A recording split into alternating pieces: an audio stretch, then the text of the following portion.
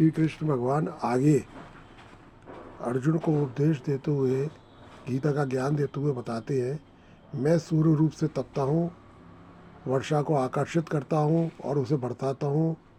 मृत्यु से परे अमृत तत्व तथा मृत्यु, सत और असत सब कुछ मैं ही हूँ। अर्थात जो परम प्रकाश प्रदान करता है वह सूर्य मैं ही हूँ।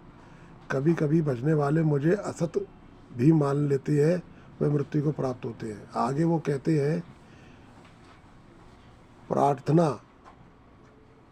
निर्धारित प्रक्रिया द्वारा मुझे ईश रूप में पूछकर स्वर्ग के लिए आदन प्राप्त के लिए जो प्रार्थना करते हैं, यही असत की कामना है।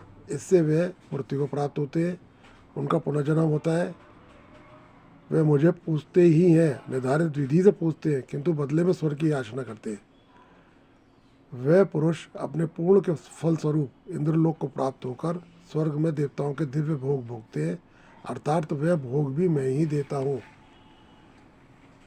यहाँ योगेश्वर कृष्ण बार बार मैं हूँ कह रहे हैं। इसका आशय मात्र इतना ही है कि मैं ही प्रेरक के रूप में आत्मा से अभिन्न होकर खड़ा हो जाता हूँ और तथा निरंतर निर्णय देते हुए योग क्रिया को पूर्ण कराता हूँ।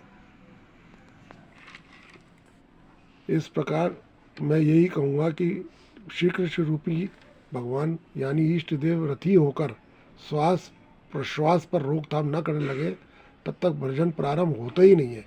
कोई लाख आंखें मूंदे भजन करे, शरीर को तपा डाले, लेकिन जब तक जिस परमात्मा की हमें चाह है, वह जिस सतह पर हम खड़े हो उस सतह पर उतरकर आत्मा से मिलकर जागृत नहीं हो जाता, तब तक सही मात्रा में भजन का स्वरूप समझ में नहीं आता।